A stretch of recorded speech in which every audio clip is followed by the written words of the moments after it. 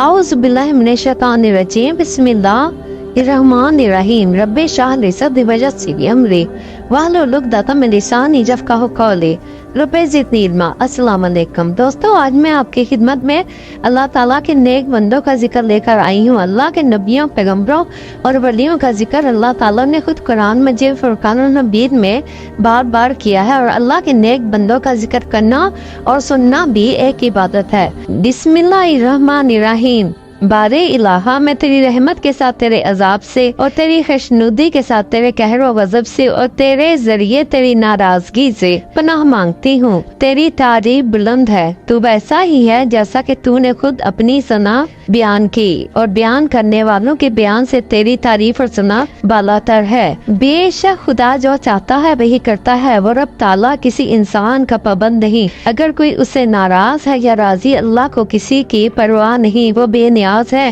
بسم اللہ الرحمن الرحیم۔ السلام علیکم۔ قرآن مجید کا کوئی بھی موضوع، کوئی بھی لفظ غیر معمولی نہیں ہوتا۔ ان موضوعات میں یہ موضوع معراج کا واقعہ بھی کوئی معمولی واقعہ نہیں ہے۔ اللہ تعالیٰ نے معراج کے واقعے کا ذکر خود قرآن مجید میں کیا ہے۔ اللہ تعالیٰ معراج کے واقعے کے بارے میں فخر کرتا ہے کہ وہ خدا جو ہر چیز، ہر عیب سے پاک و پاکیزہ ہے، جس نے اپنے بندے کو راتوں رات مسجد الحرام خانہ کعبہ سے مسجد اقصی آسمانی مسجد کی سیر کرائی، جس کے گرد ہم نے ہر قسم کی برکت مہیا کر رکھی ہے تاکہ اس کو اپنی قدرت کی نشانیاں دکھائے۔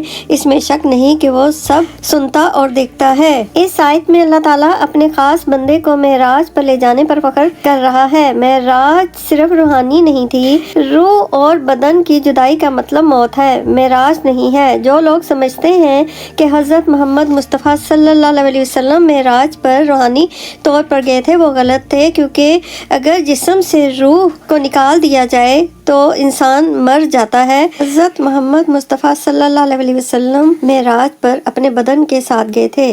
روح کا بدن پر اتنا تسلط ہو جائے کہ جہاں جہاں روح جائے وہاں وہاں بدن جائے، وہی معراج ہے۔ اس آیت میں تصریحاً اللہ تعالیٰ نے حضرت محمد مصطفیٰ صلی اللہ علیہ وسلم کے معراج کے واقعے کو بیان فرمایا ہے۔ اگرچہ بعض لوگوں نے مسجد اقصی سے بیت المقدس مراد لی ہے، مگر بہت سی تفسیروں سے ثابت ہوتا ہے کہ مسجد اقصی سے وہ مسجد مراد ہے جو خانہ کعبہ کے مقابل آسمان پر ہے۔ بہرحال تمام اہل اسلام کا یہ متفق اعتقاد ہے کہ آپ صلی اللہ علیہ وآلہ وسلم کو معراج ہوئی تھی اور بدنی ہوئی تھی، فقط روحی نہیں، اور اس کا منکر کافر ہے۔ اگرچہ اس میں اختلاف ہے کہ کس تاریخ کو ہوئی تھی، بعض 17 ربیع الاول کہتے ہیں، بعض 27 رجب، بعض 17 رمضان، بعض 21 رمضان المبارک۔ اس میں بھی اختلاف ہے کہ ایک مرتبہ ہوئی یا کئی مرتبہ ہوئی۔ اس میں بھی اختلاف ہے کہ مسجد الحرام کے حجرے سے ہوئی یا ام ہانی کے گھر سے۔ خلاصہ ہمارا فرض ہے کہ مسلمان کی ہونے کی غرض سے یہ ہمارا فرض ہے کہ جو خدا نے فرمایا ہے اور سچے نبی حضرت محمد مصطفیٰ صلی اللہ علیہ وسلم نے فرمایا ہے، اس پر یہ دل سے مانے اور یقین کریں، عقلی تکوں کے پیچھے نہ پڑے۔ اول تو ہمارے عقل ہی کیا ہے، اور فلسفیوں کے اقوال پر بھی بھروسہ ہے تو ان میں بھی خود بہم اختلاف ہے، پھر کس پر اعتبار ہو اور کس پر نہ ہو۔ اس کے علاوہ خود انہی کی عقلی دلیلوں سے بھی معراج بخوبی ثابت ہوتی ہے، پھر وہمی باتوں میں کیوں پڑھیں۔ معراج کا سفر کوئی معمولی سفر نہیں تھا، یہ اپنی نوعیت کا بالکل مختلف واقعہ ہے۔ اللہ تعالیٰ نے جو معجزہ حضرت محمد مصطفیٰ صلی اللہ علیہ وسلم کو عطا فرمایا، وہ معجزہ اس سے پہلے کبھی کسی نبی کو عطا نہیں فرمایا تھا۔ رات کے ایک چھوٹے سے پہر میں اللہ تعالیٰ نے اپنے حبیب حضرت محمد مصطفیٰ صلی اللہ علیہ وسلم خاتم النبیین کو مسجد الحرام سے مسجد الاقصی تک کا سفر کروایا، اور پھر آسمانوں کا سفر بھی کروایا۔ وہ سال حضرت محمد مصطفیٰ صلی اللہ علیہ وسلم کے لیے بہت غم کا سال تھا۔ آپ کی بیوی اور حضرت خدیجہ الزہرا علیہ السلام اور حضرت ابو طالب علیہ السلام کا اسی سال انتقال ہوا تھا۔ حضرت محمد مصطفیٰ صلی اللہ علیہ وسلم کی بے حد محبوب ہستیاں حضرت خدیجہ الکبریٰ علیہ السلام اور حضرت ابو طالب علیہ السلام